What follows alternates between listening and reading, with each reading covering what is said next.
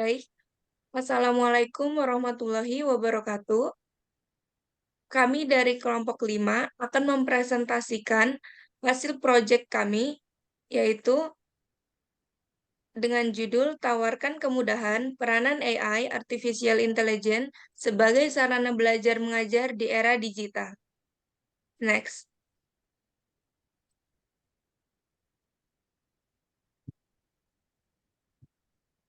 Proyek ini disusun oleh kelompok 5 dari kelas MJ105 dengan saya Meza Naya Putri Zakaria dengan NIM 230201010155.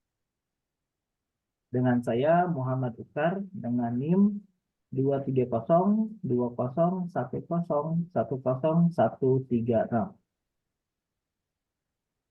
Dengan saya Muhammad Dafa Saleh dengan NIM 230201010145.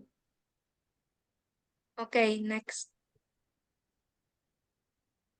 Baik, saya akan mulai dari latar belakang proposal proyek ini.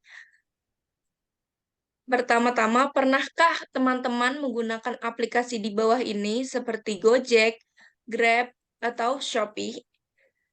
Pada zaman dulu, untuk memesan makanan atau membeli makanan, kita harus berjalan jauh ke sebuah toko, lalu memesan secara langsung. Tapi sekarang, kita hanya perlu membuka handphone kita sambil duduk cantik, makanan yang kita pesan akan datang ke rumah kita. Next. Atau mungkin teman-teman pernah mengantri begitu lama di sebuah bank ya, hanya untuk membuat rekening atau menarik uang. Tapi sekarang dengan adanya mobile banking, semua transaksi bisa dilakukan kapanpun jika teman-teman mau ya. Next. Itu semua akan jadi sangat mudah karena kita didukung oleh perkembangan zaman.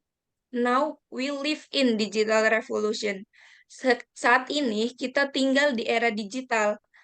Era digital adalah zaman di mana kehidupan ini telah mengalami kemajuan yang cukup pesat dan mengarah ke bentuk digital.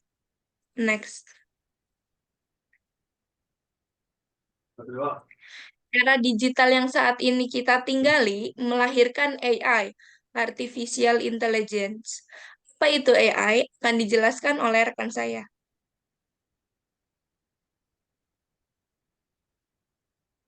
AI atau disebut Artificial Intelligence atau kecerdasan buatan adalah teknologi buatan yang dirancang untuk membuat sistem komputer mampu meniru kemampuan intelektual manusia. Next. Pemanfaatan AI di berbagai bidang.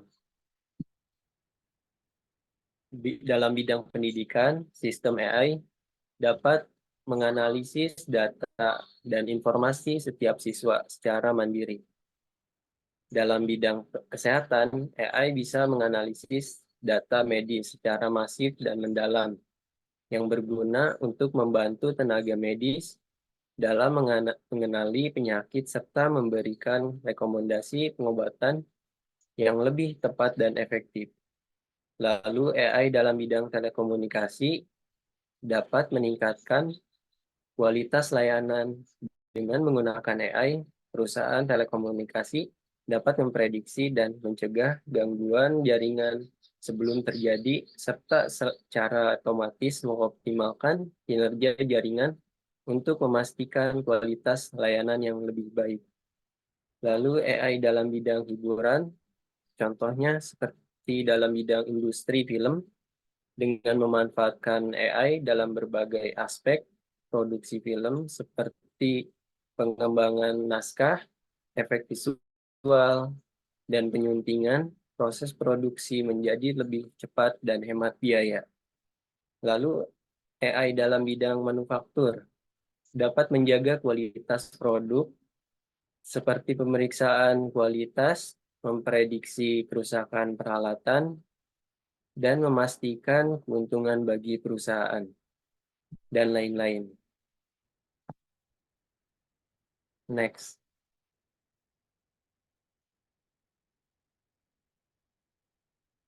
Kita akan fokus pada peranan AI di bidang pendidikan sebagai sarana belajar dan mengajar, yaitu memperkenalkan macam-macam aplikasi belajar yang bisa digunakan para siswa, membedah aplikasi yang bisa digunakan untuk membuat materi pembelajaran, lalu serta tutorial membuat materi pembelajaran yang menarik. Next. Teknologi Artificial Intelligence atau disebut AI atau kecerdasan buatan mengalami perkembangan yang masif dari tahun ke tahun. Kecerdasan buatan mulai mengambil peran dalam kegiatan pembelajaran di sekolah maupun perguruan tinggi, sehingga menjadi bagian primer dalam tumbuh kembang teknologi pendidikan.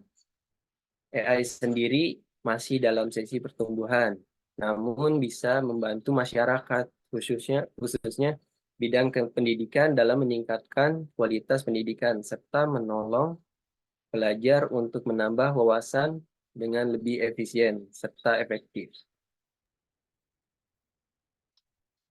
Next. Sebagai contoh lembaga pendidikan yang menggunakan sistem digital dan AI, yaitu Universitas Cyber Asia, dengan menjadi universitas pertama di Indonesia yang menerapkan pembelajaran 100% full online, sudah menjamin bahwa pemanfaatan teknologi AI berjalan dengan baik di universitas ini. Lanjut. Output dan target capaian.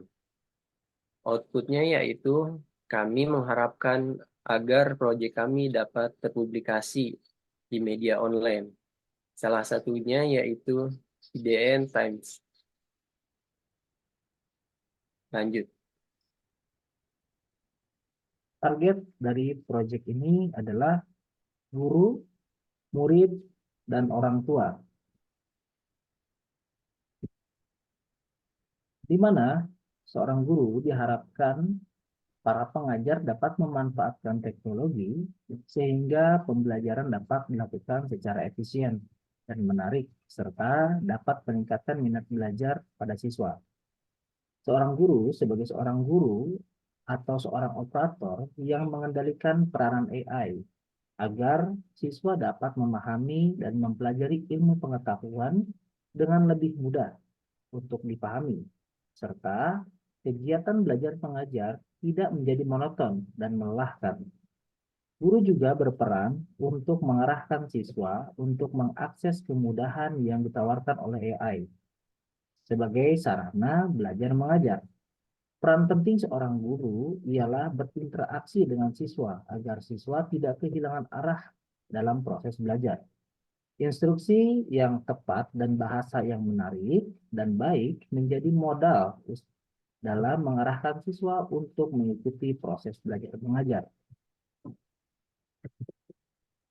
Murid diharapkan siswa mampu memanfaatkan teknologi dengan bijak, menanamkan pemahaman bahwa belajar tidak hanya di sekolah dari buku, melainkan dapat dimanapun.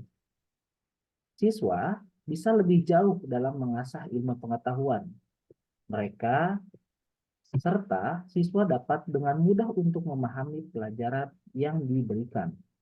Siswa juga dapat mempelajari sendiri pelajaran yang diberikan oleh guru atau pengajar. Siswa mampu mengakses pelajaran dimanapun, kapanpun dengan mudahnya. Perpustakaan dan kelas yang kita ketahui suasananya sangat membosankan. Di zaman era digital seperti ini, generasi Z semakin tidak mau terbelenggu oleh ketatnya sebuah peraturan. Maka dengan adanya AI, mereka bisa lebih fleksibel dalam mengakses pelajaran. Orang tua. Orang tua diharapkan dapat mengawasi penggunaan internet pada anak dengan memfilter konten. Orang tua sebagai controller harus mampu dalam menguasai teknologi, di mana siswa dan guru berkomunikasi dan berinteraksi dalam dunia digital. Orang tua juga bisa mendapatkan manfaat tambahan pengetahuan di mana pelajaran atau materi yang dipelajari oleh siswa dengan mudah bisa dikontrol oleh orang tua. Terlepas dari itu semua, orang tua juga harus dapat membatasi ruang gerak akses siswa di mana kita dapat ketahui bukan hanya konten positif yang diakses, tapi banyak juga konten negatif yang bisa diakses oleh siswa. Maka dari itu, peranan orang tua memiliki peranan yang sangat vital sebagai seorang controller. Berikut adalah jadwal kegiatan yang telah kami laksanakan selama proses pembuatan proposal untuk UTS ini. Pertama, time up and brainstorming sudah dilaksanakan di bulan Oktober. Pembuatan proposal UTS sudah dilaksanakan di bulan Oktober. Review dan cross-check dilaksanakan di bulan November, minggu ketiga. Upload project proposal dilaksanakan di minggu keempat di bulan November. Pembuatan PPT presentasi UTS di bulan Desember, minggu pertama. Presentasi proposal UTS di minggu kedua bulan Desember. Selanjutnya kami akan melaksanakan proses output ke artikel, pembuatan PPT presentasi UAS, dan insya Allah terakhir adalah upload presentasi proyek UAS. Demikian presentasi yang bisa kami sampaikan. Terima kasih atas perhatiannya. Assalamualaikum warahmatullahi wabarakatuh.